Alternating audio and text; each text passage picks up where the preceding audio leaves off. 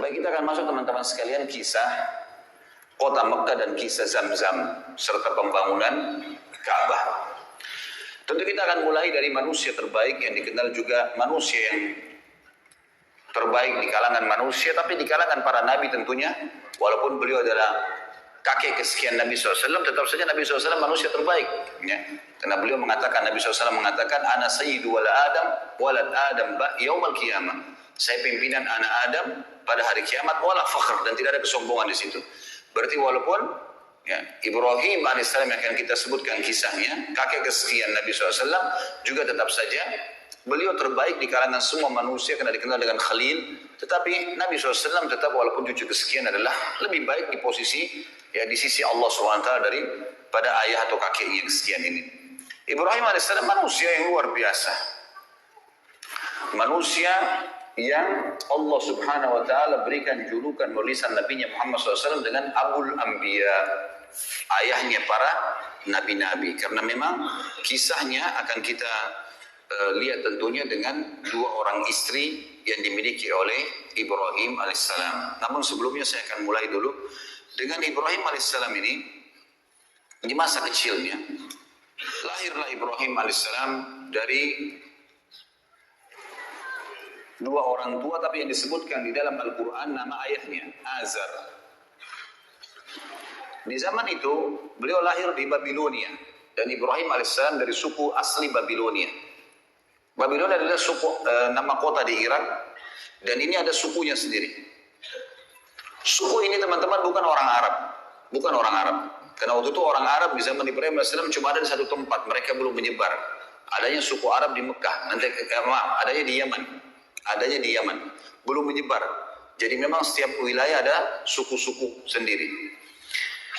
Babilonia ada sukunya, dan Ibrahim alaihissalam pada saat itu lahir di satu malam, satu sore hari menjelang maghrib, menjelang malam. Di hari tepatnya di mana Namrud, raja pada saat itu, mengaku sebagai Tuhan. Ayah Namrud meninggal, kemudian Namrud dinobatkan jadi raja. Tiba-tiba dia mengeluarkan sebuah informasi kalau dia adalah Tuhan, dan siapapun yang mengakui itu boleh mendapatkan apa saja yang dia minta. Apa saja yang dia minta. Minta harta, minta emas, minta tanah, minta apa saja dikasih. Maka orang berbondong-bondong banyak yang menyetujui masalah itu ya. Apalagi pada saat itu di Babilonia tidak ada seorang rasul, tidak ada nabi gitu. Pada saat lahirnya Ibrahim alaihissalam ini, Namrud pada malam harinya mimpi. Dia mimpi melihat kerajaannya hancur, terbakar sana sini. Lalu dia bangunkan semua penasihat-penasihatnya. Malam itu juga waktu dia ngaku sebagai Tuhan. Apa takwil mimpi ini? Kok bisa saya mimpi seperti ini? Mereka semua angkat tangan mengatakan kami gak tahu. Sampai ada satu orang yang akhirnya mengatakan, wahai Namrud, kemungkinan malam ini di Babilonia ada anak yang lahir laki-laki yang akan menghancurkan kerajaan Anda. Namrud lalu mengeluarkan sebuah instruksi yang aneh. Dia mengatakan kalau begitu semua anak laki-laki yang lahir di negeri ini malam ini bunuh. Azar, salah satu penasihat Namrud, ahli membuat patung, datang di istana Namrud, kemudian dia tahu informasi atau instruksi Namrud ini, dan dia tahu istrinya baru melahirkan malam itu, sore itu Ibrahim alaihissalam. Maka datanglah Azar ke rumahnya mengatakan kepada istrinya, bawalah Ibrahim ini ke hutan supaya Namrud tidak membunuhnya. Ringkas cerita, dibawalah Ibrahim alaihissalam ke sana. Kemudian setelah dibawa teman-teman sekalian ke hutan, berjalan waktu itu umur Namrud sekitar 30 tahun. Terus saja Namrud mengumandangkan tentang masalah dia Tuhan, dan terus saja gitu kan. Sampai umur dia 40 tahun. Sampai umur dia 70 tahun. Dan pada saat itu Ibrahim alaihissalam berumur 40 tahun. Dinobatkan jadi nabi. Pergilah Ibrahim alaihissalam waktu diutus, hari pertama diutus oleh Allah sang pencipta menjadi nabi. Dengan cara umum tentunya, setiap nabi-nabi biasanya didatangi oleh Jibril alaihissalam. Kemudian mengatakan, kalau kau adalah utusan Allah, lalu diberikanlah firman-firman Allah kepadanya. Ibrahim alaihissalam pada saat itu, saudaraku seiman, datang ke tempat ibadahnya masyarakat Babilonia. Ada sebuah kuil besar dibuat. Kemudian Ibrahim alaihissalam berkata kepada orang-orang di sekitarnya pada saat dia masuk ke tempat ibadah itu, yang mereka lagi kebetulan duduk di situ. Kemudian mereka melihat ya, atau memberikan sesajen, memberikan segala macam. Ibrahim alaihissalam ada riwayatnya yang mengatakan sebelum tiba di tempat ibadah itu ada banyak patung-patung di pinggir jalan. Kemudian dia berkata kepada patung-patung di pinggir jalan itu, kenapa kamu dianggap sebagai Tuhan? Gitu kan? Lalu tidak ada sautan. Kemudian Ibrahim alaihissalam mengambil batu dan melempar wajahnya patung itu. Ternyata juga sama. Tidak ada reaksi sama sekali. Karena kita sudah tahu patung tentunya tidak akan bisa bergerak. Ya. Tidak akan bisa bergerak. Jadi jelas sekali dilempar sama batu tidak. Didatangi oleh Ibrahim AS, dipukul di sekitarnya, tidak juga bergerak. Ya. Yang jelas teman-teman sekalian, dengan penolakan, dengan Ibrahim AS melihat itu tidak ada apa-apa. Yang sebelumnya pada saat dia dinobatkan jadi Nabi, itu dia sempat kejadian ini yang membuat Allah merobatkan jadi Nabi. Dia duduk di hutan, kemudian dia melihat ke bulan di malam hari. Dia mengatakan, siapa ya Tuhan saya? Kayaknya ini Tuhan saya nih. Lalu kemudian ditunggu sampai pagi. Dia sempat menunggu ada suara kah, ada obrolan, tidak ada. Besok pagi terbit matahari lebih besar. Lalu dia mengatakan, ini kayaknya Tuhan saya, ini lebih besar gitu. Kemudian juga ditunggu sama dia sampai terbenam matahari, mataharinya hilang. Kemudian dia mengatakan, kalau begitu ini semua bukan Tuhan. Dan saya mengatakan, saya menyerahkan diri kepada Tuhan yang Maha Esa dan Maha Tinggi, agar ya memberikan kepada saya petunjuk. Maka akhirnya Allah Subhanahu Wa Taala menjadikan dia atau diberikan dia kenabian. Baik, ringkas cerita teman-teman sekalian, datanglah Ibrahim alaihissalam, kemudian bertemu dengan tempat ibadah yang dibuat oleh Namrud. Dan sampai sekarang tentu kalau teman-teman ketik di Google tentang masalah peninggalan Namrud di Babilonia, akan ada gambar-gambar, banyak sekali gambar-gambar peninggalan istananya, puing-puingnya, tempat pembakaran Ibrahim alaihissalam, banyaklah. Ya. Ibrahim alaihissalam mendakwai yang paling pertama ayahnya. Begitu datang, dia bertemu dengan ayahnya, didakwahi ayahnya, didakwahi kaumnya. Allah menyebutkan dalam masalah itu dalam Al-Quran, surah Al-Anbiya, surah nomor 21 ayat 52 sampai 73. Surah Al-Anbiya, surah nomor 21 ayat 52 sampai 73. A'udzu billahi minasyaitonir rajim. Idz qala li abihi wa qaumihi ma hadhihi at-tamathil allati antum laha 'akifun. Qalu wajadna aba'ana laha 'abidun.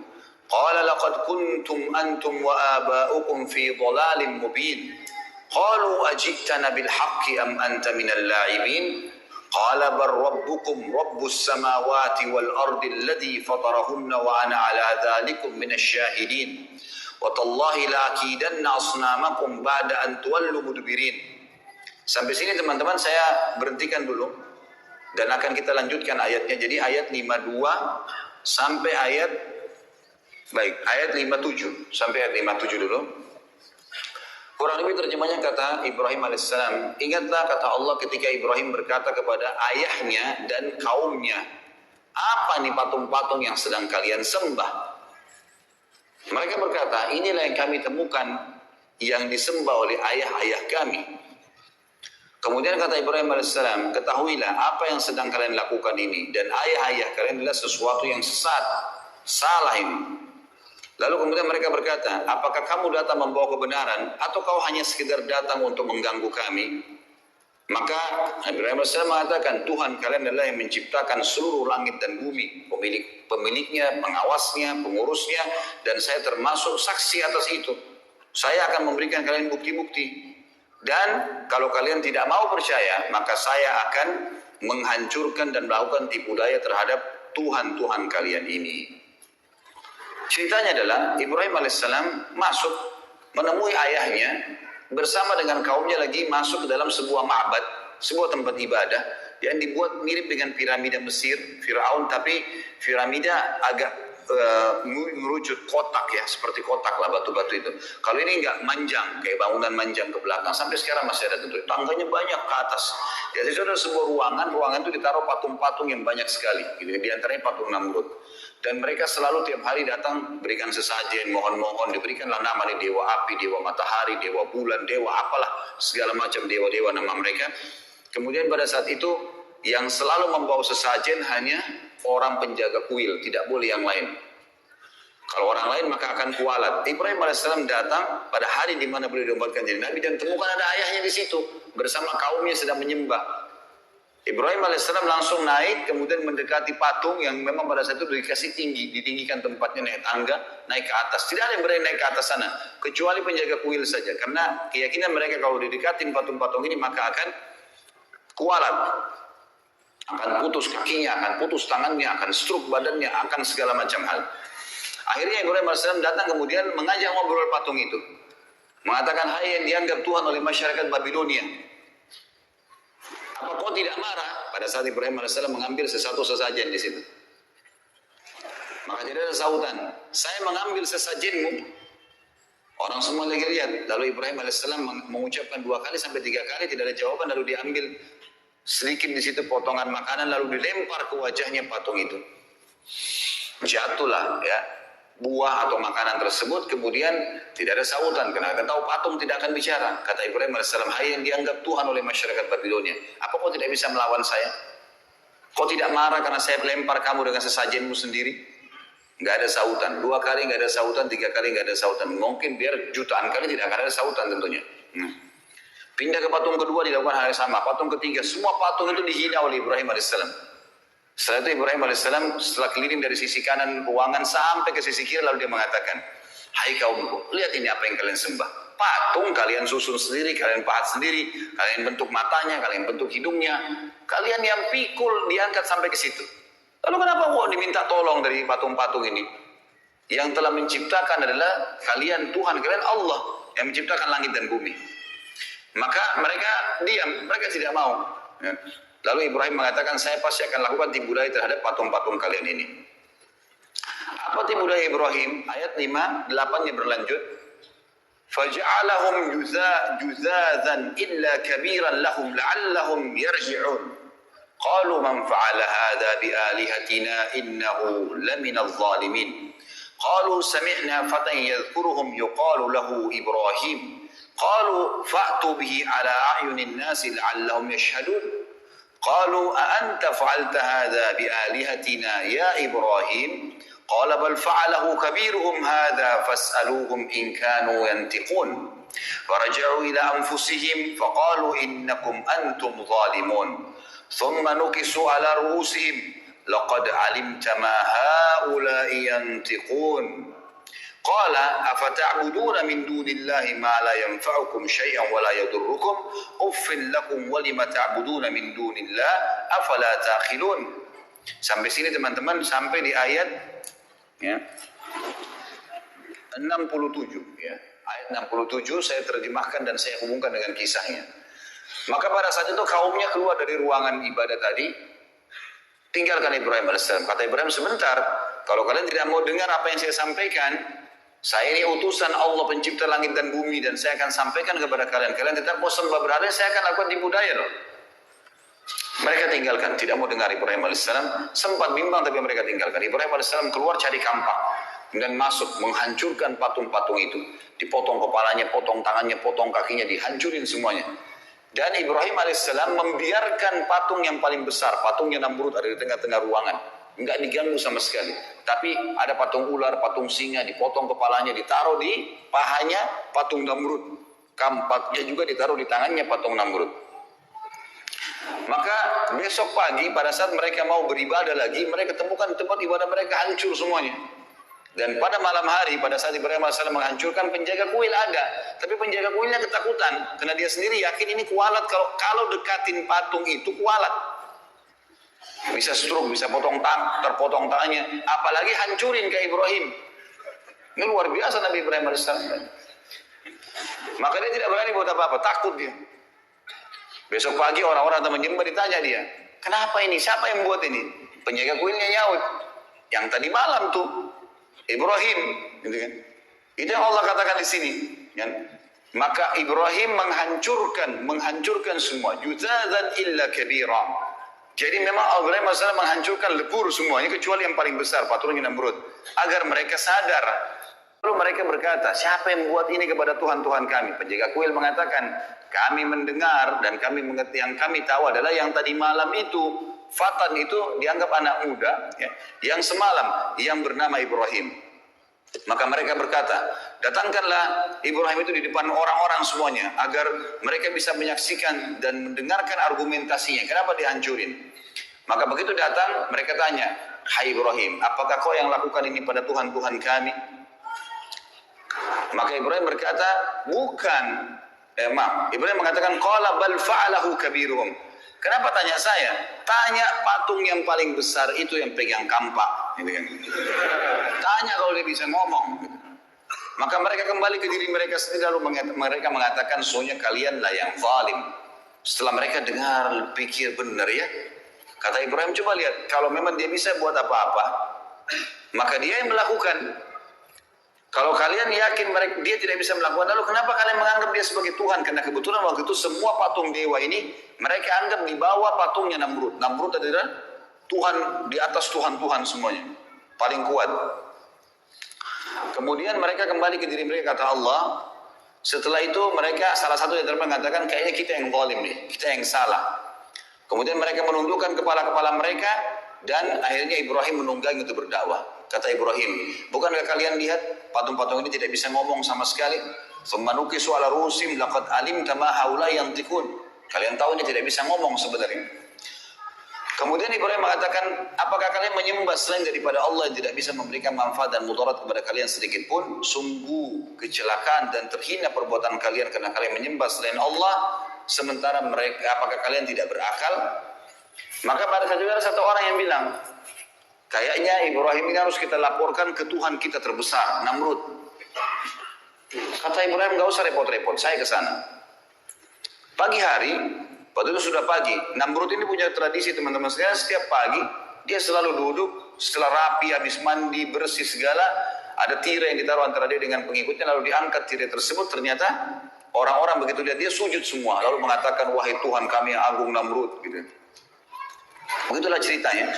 Maka pada saat itu teman-teman sekalian, Ibrahim AS masuk bersama bondong-bondong manusia, begitu tiba di dalam, semua orang diangkat tirai, semua orang sujud kepada Namrud kecuali Ibrahim AS. 40 tahun Namrud disujuti dan tidak pernah orang bangkang kecuali pada saat itu. Namrud tanya, siapa kamu ini? Kok bisanya kau tidak sujud dengan saya? Ibrahim AS utusan Allah. Dia nggak pakai ngomong, bukan mengatakan hai Raja Namrud, apalagi Tuhan Namrud gitu kan. Panggil namanya, hai Namrud. Belum pernah orang berani panggil Namrud begini. Semua orang yang lagi sujud angkat kepalanya. Ini unik ini. Nggak pernah orang begini. Dia mengatakan, wahai Namrud, dari mana kau ngaku Tuhan? Kamu manusia biasa seperti saya, seperti kami semua. Punya dua mata, punya dua tangan, punya dua kaki. Kamu juga sama dengan kami, lahir dari bayi, anak-anak, remaja, tua. Seperti sekarang, kau juga akan mati. Yang menghidupkan dan mematikan adalah Allah, Tuhanku dan Tuhanmu, dan Tuhan semuanya. Namrud waktu itu tidak mau kalah. Namrud mengatakan, baiklah Ibrahim, kalau kau ngaku Tuhanmu itu bisa menghidupkan, matikan, saya juga bisa. Mau bukti? Kata Ibrahim, iya. Baik. Tangkap, disuruh pengawalnya, tangkap 2 orang laki-laki yang lewat depan istana. Ditangkap 2 orang. Yang satu disuruh pergi, dikasih hadiah macam-macam, pergilah. Kemudian yang satu disuruh bunuh, mati di tempat. Kata Namrud, lihat, saya menghidupkan dan saya mematikan. Ya. Ini kan kebodohan, karena orang yang disuruh pergi sudah hidup sebelumnya. Tapi akal-akalan dia. Dia mengatakan apa? Ini saya menghidupkan dan saya mematikan. Jibril alaihissalam datang menyampaikan kepada Ibrahim, ini orang ini percuma, diajak dialog di dunia, di bumi, dia akan terus cari akal, tantang di langit sekalian. Kata Ibrahim alaihissalam, wahai Namrud, Tuhanku dan Tuhanmu Allah, dan Tuhan segala satunya memindahkan matahari setiap hari dari timur ke barat. Apa kau bisa? Maka terdiamlah Namrud, tidak bisa ngomong. Allah mengatakan, nanti kita bacakan ayatnya, fabuhital ladzi kafar. Maka orang kafir itu terdiam, tidak bisa bicara. Karena jengkel, dia bilang pada pengawal-pengawalnya, tangkap, penjarakan Ibrahim ini, penjarakan. Musyawarah, kira-kira apa jalan keluarnya? Saya mau bunuh Ibrahim, tapi saya nggak mau mati biasa, harus mati yang spektakuler, yang besar, yang membuat tidak ada lagi orang yang membantah ketuhanan saya. Musyawarah demi musyawarah sampai muncul akhirnya ide untuk membakar, karena bakar adalah cara membunuh yang paling menyakitkan. Dari pertama dibakar sampai mati kan tetap sakit gitu. Dibuatlah api dengan biaya yang besar. Namrud kerahkan semua kekuatan sampai terbuat api. Dalam sebuah riwayat Bukhari disebutkan, kalau burung lewat dan kena asap, uapnya asap itu, walaupun tinggi, tiba-tiba sudah terpanggang. Karena besarnya gitu, api itu panas sekali. Setinggi kurang lebih istana Namrud 30-40 siku ke langit. Ini sekitar 17-20 meter tingginya. Setelah itu Ibrahim AS dikeluarkan lalu kemudian dibakar. Setelah dibakar, dilempar, Namrud mengatakan 3 hari biarkan Ibrahim dalam api, dibiarkan. Setelah 3 hari dipadamkan, ternyata Ibrahim AS ada di tengah-tengah tumpuhan mereka. Setelah itu Ibrahim AS diselamatkan oleh Allah. Lalu Namrud pun pulang ke istananya, orang semua bubar dalam kondisi bingung, kok bisa Ibrahim, manusia mana nih, dibakar tidak mati, gak mungkin, gitu kan. Dan tersebar berita ternyata Tuhan kita Namrud tidak bisa membunuh Ibrahim karena Ibrahim dibela sama Tuhannya. Jadi Tuhan Ibrahim lebih kuat. Namrud pulang ke istananya, kemudian dia bingung, sambil mabuk-mabukan, gimana jalan keluarnya nih. Dan memang subhanallah, orang-orang kafir sering dikasih oleh Allah kesempatan untuk melakukan satu hal yang maksimal, tapi nanti akhirnya ya Allah batalkan dengan hal yang kecil. Seperti Namrud sekarang sudah biayai berapa banyak mahalnya api tersebut, biaya besar, kerahkan tenaga, dan tidak ada lagi cara membunuh yang lebih hebat daripada api yang besar. Sekarang kalau dibakar nggak mempan, kira-kira ditebas pedang mempan nggak? Atau dilempar batu, atau dipatahin tulangnya, udah nggak bisa, kena api aja nggak bisa buat apa-apa sama dia, gitu. Maka Namrud pun besok paginya kedatangan, diutus oleh Allah padanya seekor lalat, yang lalat itu masuk ke lubang hidungnya, gitu kan.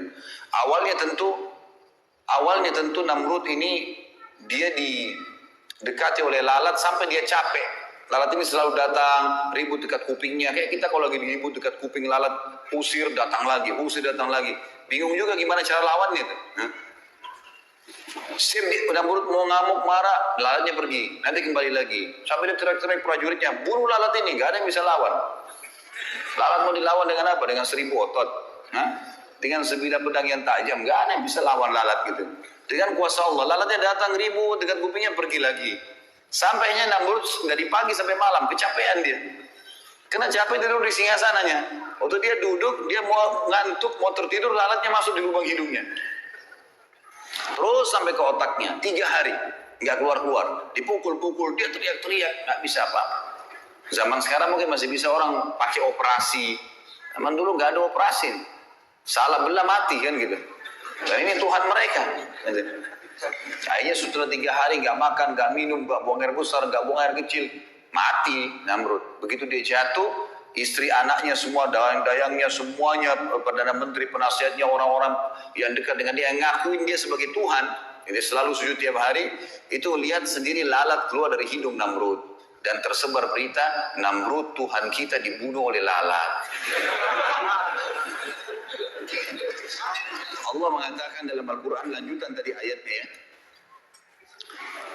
Kata mereka, qalu harrikuhu wansuru alihatakum in kuntum fa'ilin. Teman-teman tahu kalau pegang Quran dilihat ayat-ayat ini ya, karena ini ayat bersambung.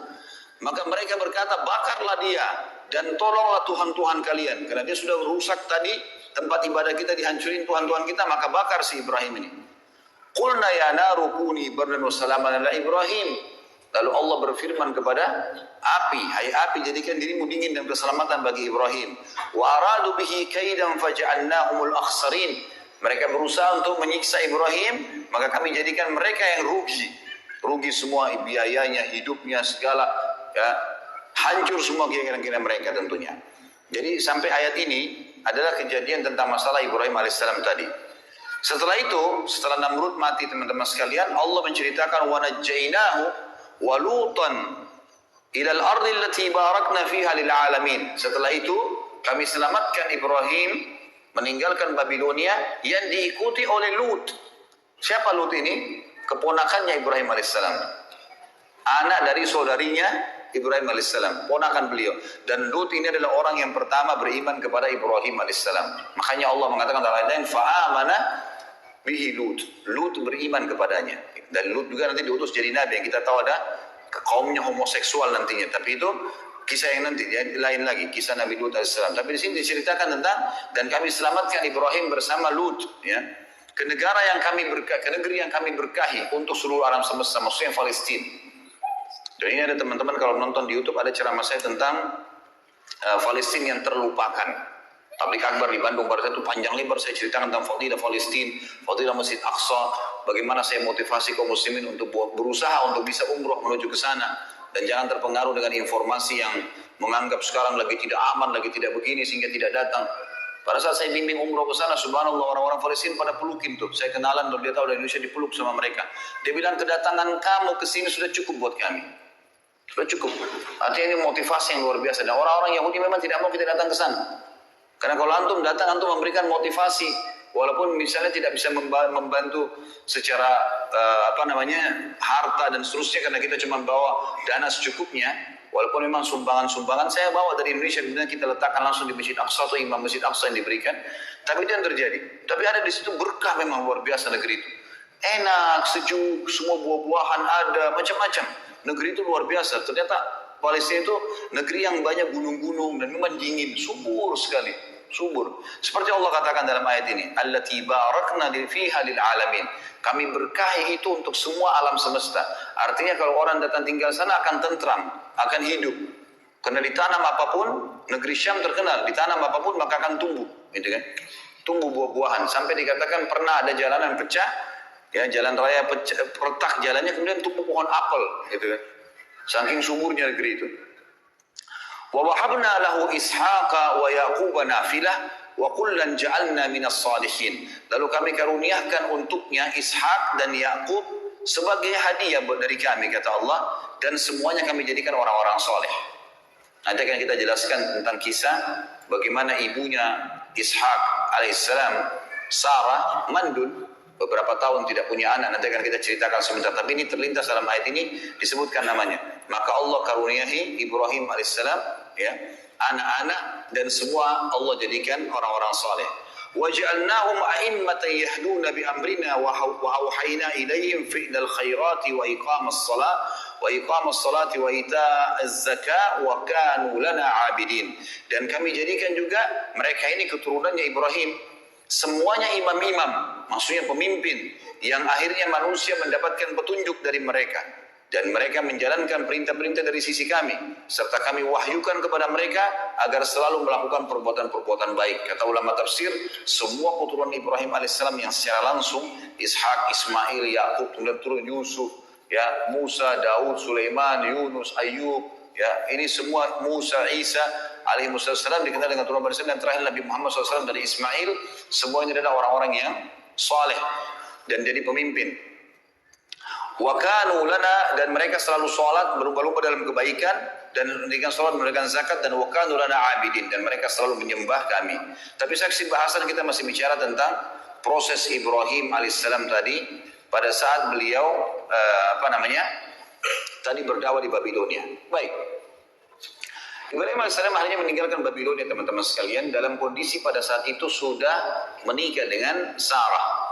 Dan Sarah alaihissalam tidak punya anak. Tidak punya anak, karena beliau mandul. Hijrahlah Ibrahim alaihissalam ke Palestina. Babilonia ditinggalkan. Hijrah ke Palestina, gitu kan. Tinggal di Palestina, dan ini menandakan Palestina masuk dalam lokasi dakwah beliau alaihissalatu wassalam. Dan kita perlu tahu teman-teman sekalian, semua nabi-nabi sebelum baginda Nabi SAW, sebelum Nabi Muhammad SAW diutus untuk wilayah-wilayah tertentu dan kaum tertentu saja. Ibrahim AS punya 3 lokasi. Babilonia yang akhirnya ditinggalkan karena sudah selesai masalah Namrud, tidak mau beriman, dan kaumnya pun banyak yang kufur. Kemudian Allah suruh hijrah ke Palestina. Kemudian di Palestina banyak orang yang mengikuti risalah Nabi Ibrahim AS, dan kita tahu ada pembangunan Masjid Aqsa di situ. Kemudian dan dibangun oleh Ibrahim AS, kemudian beliau disuruh ke Mekah. Nanti akan kita jelaskan kisah panjang lebar munculnya kota Mekah, dan ini juga adalah lokasi dakwah Ibrahim alaihi salatu wassalam. Kita masuk sedikit di kisah rumah tangga Ibrahim alaihissalam. Beliau memiliki istri Sarah, dan setelah menikah cukup lama, kemudian juga bertahun-tahun, ya, disebutkan dalam riwayat sampai umur Sarah mencapai 60 tahun belum punya anak. Ringkas cerita, pada saat Ibrahim alaihissalam pergi ke Palestina, hijrah dari Babilonia, Beliau satu hari ingin masuk ke Mesir. Dan Palestina sama Mesir dekat sekali. Ya, kalau kita lihat di peta. Cuma dipisahkan, ada daratan kecil tapi dipisahkan dengan Laut Merah. Ya, dipisahkan dengan Laut Merah. Dari Laut Merah ini bisa orang nyebrang langsung ke Palestina. Dan sampai sekarang kalau teman-teman ke Jordan, kalau umroh plus Aqsa biasanya mampir di Jordan. Di Jordan itu ada satu tepi di Laut Merah, di ujung Laut Merah itu ada 4 negara bertetangga. Palestina, Mesir, kemudian Yordania, dan Saudi. 4 negara berdekatan karena di pojok dari Laut Merah itu. Ibrahim AS pergi ke sana, dan waktu itu di Mesir ada raja zalim. Ada raja zalim. Kezaliman raja ini apa teman-teman sekalian? Dia suka mengambil istrinya orang. Penyakit. Dia anggap kalau ada perempuan dinikahi oleh seorang laki-laki, pasti perempuan ini punya kelebihan. Diambil sama dia. Dan diambil ini memang diambil jadi selir. Dirampas dari suaminya. Sarah alaihissalam, wanita terkenal dengan kecantikannya.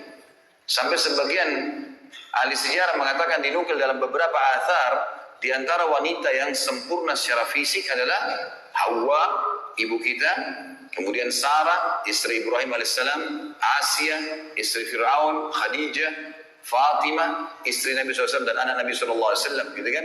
Itu tersebutkan memang, gitu. Yang jelas Sarah ini punya kelebihan fisik yang luar biasa, sehingga laki-laki kalau melihatnya itu pasti sepakat mengatakan orang ini cantik, seperti itulah. Sebelum masuk ke Mesir, kata Ibrahim AS kepada Sarah, di dalam negeri ini ada orang zalim. Ini zalim luar biasa nih. Dia suka ngambil istri orang. Jadi kalau kamu didekati nanti oleh prajurit-prajurit, jadi raja ini punya prajurit-prajurit ngeliling di jalan-jalan Mesir. Ada perempuan cantik, ditanya, kalau ada laki-laki sebelahnya, siapa kamu? Suaminya. Langsung dibunuh suaminya, diambil. Bawa ke raja. Gitu. Seperti itulah, diambil secara paksa. Kata Ibrahim, nanti kalau kau ditanya siapa, katakan kau saudariku. Maksudnya saudari si iman. Karena ada ukhuwah Islamiyah, gitu kan, ada persaudaraan dalam Islam. Islam ini agama yang satu dari Adam alaihissalam sampai Nabi Muhammad alaihissalam, semua agama satu, Islam, tidak ada agama lain. Cuma ada pembaharuan syariat. Makanya kata Nabi SAW, saya dan semua nabi-nabi seperti orang yang satu induk. Satu induk, sama, cuma perbedaan hukum halal haramnya yang berbeda. Tidak boleh dipungkiri salah satunya. Kalau kita sekarang ada yang mengatakan Musa bukan nabi, kafir. Atau Isa bukan nabi, kafir. Tidak boleh. Semua harus kita yakini. La nufarriqu baina ahadin min rusuli. Kita tidak beda-bedakan di antara para nabi-nabi dan rasul, tapi risalah yang diterapkan adalah, hukum yang diterapkan adalah yang dibawa oleh nabi terakhir alaihi salatu wassalam, Nabi Muhammad sallallahu alaihi wasallam. Yang jelas teman-teman sekalian, kata Sarah, baiklah. Begitu masuk di Mesir, dengan hikmah Allah, ternyata orang Mesir, prajurit Mesir, Raja Salim ini lihat Sarah. Begitu dia langsung didatangin. Pertanyaan pertama ditanya, siapa kamu? Ibrahim mengatakan, saya saudaranya. Tanya Sarah, siapa kamu? Saya saudarinya. Tapi karena cantiknya Sarah, dia nggak butuh lagi. Mau suami, mau bukan, pokoknya ambil. Tangkap nih orang. Ini yang disuka sama raja nih. Dibawa. Ibrahim AS tidak boleh ikut, ditahan. Bawalah Sarah alaihissalam masuk ke istana raja. Begitu lihat rajanya langsung nafsu mau mendekati. Sarah alaihissalam berdoa kepada Allah, ya Allah, ambil ahli orang ini. Gitu. Jangan sampai coreng kehormatan. Karena ini raja, gak ada yang bisa lawan dia. Kecuali dengan kuasa ilahi. Tiba-tiba tangan kanannya raja ini stroke. Gak bisa bergerak. Waktu dia mau jamah, gak bisa bergerak tangannya. Kata raja itu, apa yang kau lakukan dengan saya? Kata Sarah, saya berdoa pada Tuhan saya untuk menyelamatkan dari keburukanmu. Dia bilang, kalau gitu berdoa sama Tuhanmu, minta supaya saya disembuhin. Saya tidak akan ganggu kamu. Sarah alaihissalam berdoa, ya Allah, sembuhkan orang ini. Sembuh tiba-tiba tangannya. Tadinya nggak bisa bergerak. Dia sudah mau jamah berhenti, kayak matung tangannya gitu. Tiba-tiba sembuh. Dia nggak percaya nih. Dia kan tidak beriman sama Allah. Ini penyembah patung ini, orang ini. Kayaknya mungkin ini sihir kali, mainan. Dia mau jamah lagi. Sarah alaihissalam yang kedua berdoa. Dua-dua tangannya stroke. Raja itu. Bisa bergerak. Dia bilang, apa yang kau lakukan? Kata Sarah, saya berdoa sama Tuhan saya. Kalau supaya diselamatkan dari keburukanmu, saya sudah bersuami dan dia tidak boleh. Dalam agama kami tidak boleh. Baik, minta sama Tuhanmu agar saya disembuhin. Tangannya dua-dua diam, nggak bisa, kaku. Sembuhin, saya tidak akan ganggu kamu. Sarah alaihissalam depan dia berdoa, ya Allah, sembuhkan orang ini. Sembuh tiba-tiba tangannya. Ternyata masih belum puas nih.